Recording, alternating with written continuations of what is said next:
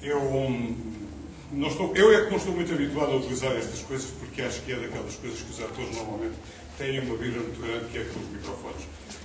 Apesar de me ter habituado ao longo destes anos, e principalmente nos 2 últimos anos da minha vida, em que, felizmente e infelizmente, e já explico porquê me dediquei à política, felizmente porque considero a política uma arte nobre de serviço público, e quando assim não for, não vale a pena estar nela.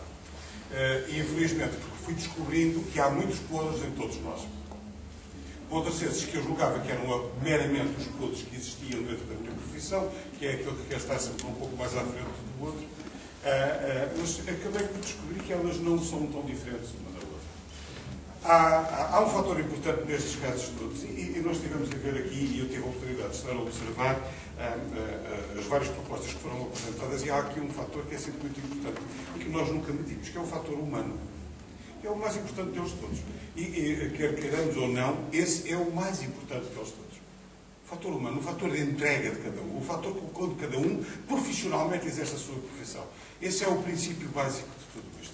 Depois a seguir vem os marketings, vêm as publicidades para ajudar, vem aquilo, vem o outro. Isso acontece em todas as profissões e principalmente na da ator.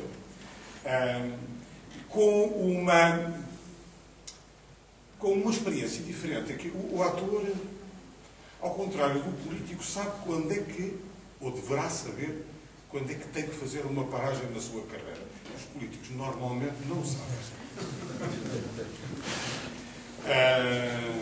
Acham que o estar muito tempo lhes dá grande validade perante o público, pois, mas esgota a ideia.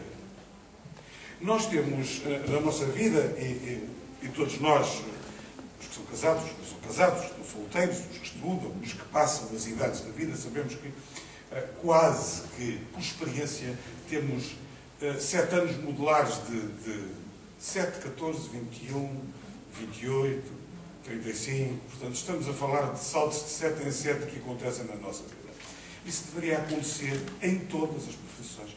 E principalmente naqueles que, por alguma razão, acham que podem prestar um melhor serviço saindo daquela profissão de que gostam e de que adoram, como é o meu caso, porque eu adoro ser ator. De resto, costumo dizer na brincadeira que eu estou neste momento como vereador, mas eu sou ator. Essa é a minha profissão de futuro. Com muitas dificuldades. Sempre num momento como este, em que a crise económica afeta, na maior parte dos casos, o bolso das pessoas para aquilo que as pessoas têm que comprar no supermercado. Eu gostei especialmente da apresentação da máquina, mas não sei da total execuibilidade dela no povo português. Essa aqui é a diferença. Nós somos um povo muito característico, com temperaturas muito características. Isto é muito bom para quem tem condomínios onde ninguém sai de lá de dentro. Mas nós gostamos de ir para a praia. E depois passamos pelas compras. A verdade é que nós, quando temos que fazer esta análise, fazemos isto funcionava extraordinariamente para mim na Suécia. Porque há condomínios, as pessoas não saem para andar, não vou sair daqui, não vou descalçar os chinelos, não vou despir o robo, não vou para aqui, não vou para lá. Eu estou a fazer uma passagem e uma resenha, mas a verdade é que nós somos característicos. E também somos característicos na nossa forma de fazer teatro. Eu faço uma breve resenha, até porque eu tenho que ficar entre os 5 e os 15. Uma breve resenha. Eu tive dúvidas, Sr. Diretor, a determinadas alturas na minha vida, porque eu tinha 2 opções na minha vida que gostava muito de ter seguido. Uma delas não pude seguir, porque a determinada altura na minha vida me apareceu uma doença, que afinal era uma doença de crescimento, que foi a hepatite A, ninguém se assuste, e não pude seguir, que era aquilo, uma das minhas grandes paixões, que era seguir o serviço militar. Era uma das vontades grandes do meu avô, pai do meu pai, e acabei por chegar à conclusão de que a outra forma de eu fazer algo muito parecido, e de às vezes poder fazer militares também, era como ator. Descobri-o há muito pouco tempo, uma ligação que tenho muito grande, a áreas que nos ligam a todos nós, como foi neste momento, e está a decorrer ainda todo o trabalho sobre a recuperação da rota histórica das linhas de touros, para aqueles que não têm conhecimento. Odivelas também tem. Odivelas não, Lourdes. Mas Odivelas também tinha, penso. mas nem todos os municípios faziam parte. E eu fui descobrindo o fator que nos ligava a todos, porque esta ligação com as invasões francesas foi muito engraçada. E eu fui descobrindo a pouco e pouco uma ligação que tenho com os militares, de há muitos anos para cá. Talvez seja uma forma também de representar. Eu também tenho que vestir uma farda cada vez que vou para cima do palco, não é? Não tenho leis, às vezes, das outras vezes tenho. Mas eu comecei quase que por obrigação económica. Essa. O meu pai achou a determinada altura que eu não podia continuar em minha casa, como era evidente, viver lá em casa. Este tipo está aqui, ao menos trabalhar, fazer alguma coisa, não é? Mas eu tinha 18 anos. Isto começou aos 18 anos. A maior parte, como nós sabemos, continua na CP ou na Casa de Pães. Eu tinha 18 anos e decidi começar a fazer teatro. Já o tinha feito na televisão, portanto eu comecei muito pequenino, isto já é um vício. Isto é quase como, falando um pouco daqueles insufláveis, daquilo que ele estava a falar sobre o circo, é quase que isto começa desde pequenininho, esta apetência.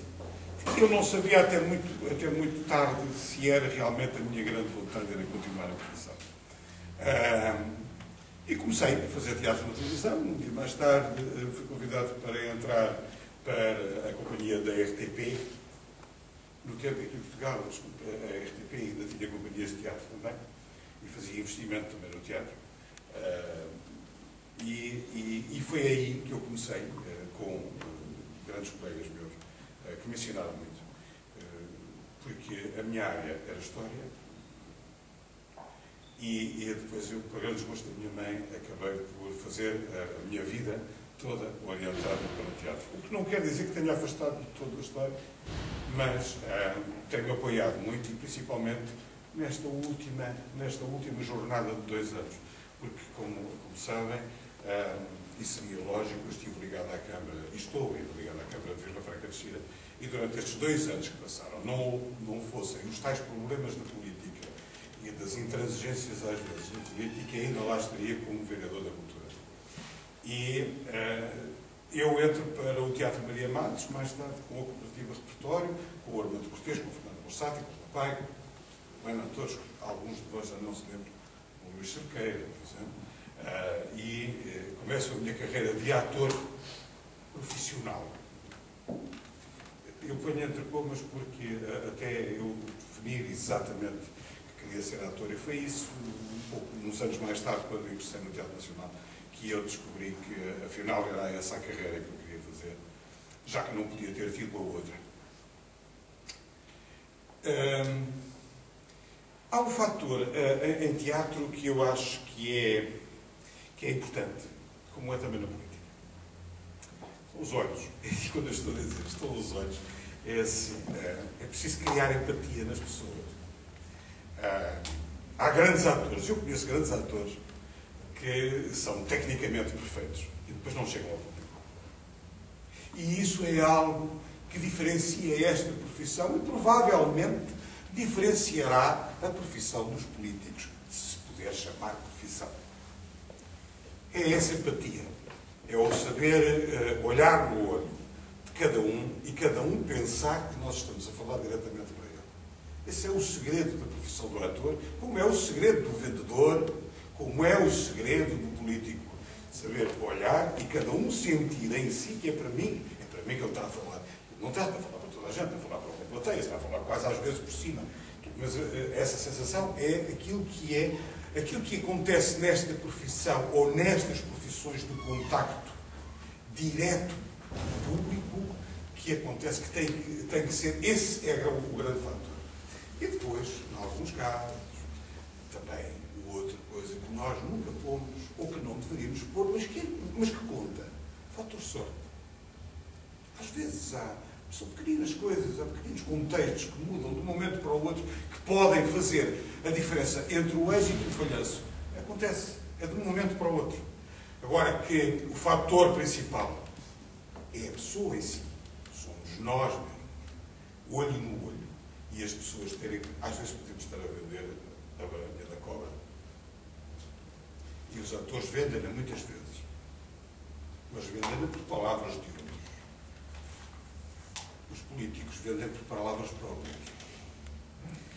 Então, quando fiz a minha semi-transição, houve algo que uma pessoa que eu aprecio muito e que tem sido o meu principal professor desde há muitos anos e que eu, assim como muitos portugueses, neste momento considero praticamente como um senador da nação portuguesa, e por acaso é meu pai, me disse: